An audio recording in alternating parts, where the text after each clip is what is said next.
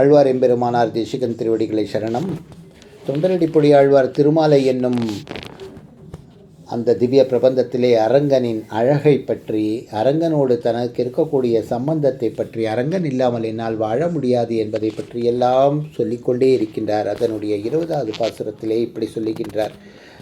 பணிவினால் மனமதொன்றி பவளவாய் அரங்கனார்க்கு துணிவினால் வாழ மாட்டா தொல்லை நெஞ்சே நீ சொல்லாய் அணியனார் செம்புனாய அறுவரை அணைய கோயில் மணியனார் கிடந்தவாற்றை மனத்தினால் நினைக்கலாமே அப்படின்னு சொல்கிறார். என்னன்னா, என்னுடைய மனமே, பழைய மனமே, நான் பிறந்ததிலிருந்து என் கூடவே இருக்கின்றாய். எனவே நீ பழைய மனம்.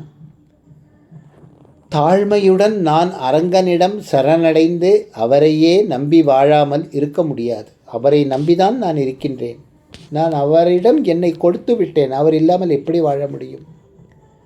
அந்த ஸ்ரீரங்கம் பொன்மலை போன்ற சிறப்பு உடையது. நீலமணி போன்ற திருமேனியுடன் என்னுடைய அரங்கன் ஆதிசேஷன் மீது பள்ளி கொண்டிருக்கின்றான்.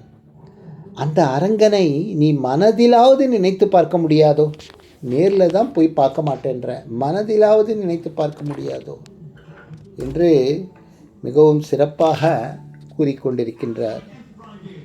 இதில் பணிவினால், பணிவு என்பது பக்தியின் முதல் படி. பகவானை அடைவதற்கு பணிவு என்பது இருக்க வேண்டும். அப்பொழுதுதான் மனம் இறைவனை நோக்கி திரும்பும். அப்படி பணிவுடன் இறைவனை அடைந்தால் ஒரு முறை அவன் ருச்சியை நாம் எடுத்து விட்டால் போதும். அதன் பிறகு அவனை பிரிந்து வாழ முடியாது. கோவிலுக்கு எப்பொழுதுமே போய் கொண்டிருக்க முடியாது. ஆனால் மனதில் எப்பொழுதும் நினைக்கலாம் அல்லவா?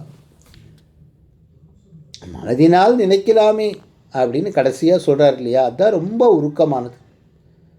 மனம்தான் பகவானை அடைவதற்கான முதல் சாதனம் அப்படின்னு ஆழ்வார் நமக்கு எடுத்து காட்டுகின்றார். அப்போ நமக்கு ஒரு கேள்வி வரும். மனதில் நினைக்க சொல்லுகின்றாரா, நேரில் போய் பார்க்க சொல்லுகின்றாரா? அப்படின்னா, ஸ்ரீரங்கத்துக்கு நம்ம போய் கண்டிப்பாக சேவிக்கணும். அதில் எந்த ஒரு ஐயப்பாடும் கிடையாது. ஆனால் எப்பொழுதும் அங்கே போய் செல்ல முடியாது அல்லவா? குறைந்தபட்சம் மனதிலாவது அந்த பள்ளிக்கொண்ட திருக்கோலத்தை நினைத்து கொண்டே இருக்க வேண்டும் அப்படின்னு சொல்கிறாரு. இன்னொரு விஷயம் என்னன்னா, சில தேச விரோதம், கால விரோதம் போன்ற காரணங்களால் கோவிலுக்கு செல்ல முடியாவிட்டாலும் மனதில் பகவானை நினைப்பதை யாராலும் தடுக்க முடியாது. நேரில் சென்று அவனுடைய அழகை பருகுவதில்தான் நமக்கு அந்த அல்டிமேட் ஹாப்பினஸ் இருக்கிறது.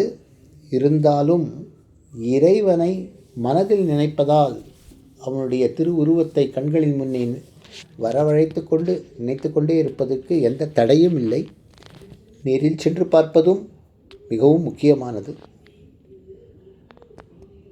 மானச தரிசனம் இந்த பாசுரத்திலே மிகவும் முக்கியமாக சொல்லப்பட்டிருக்கின்றது. தொடர்ந்து பார்ப்போம்.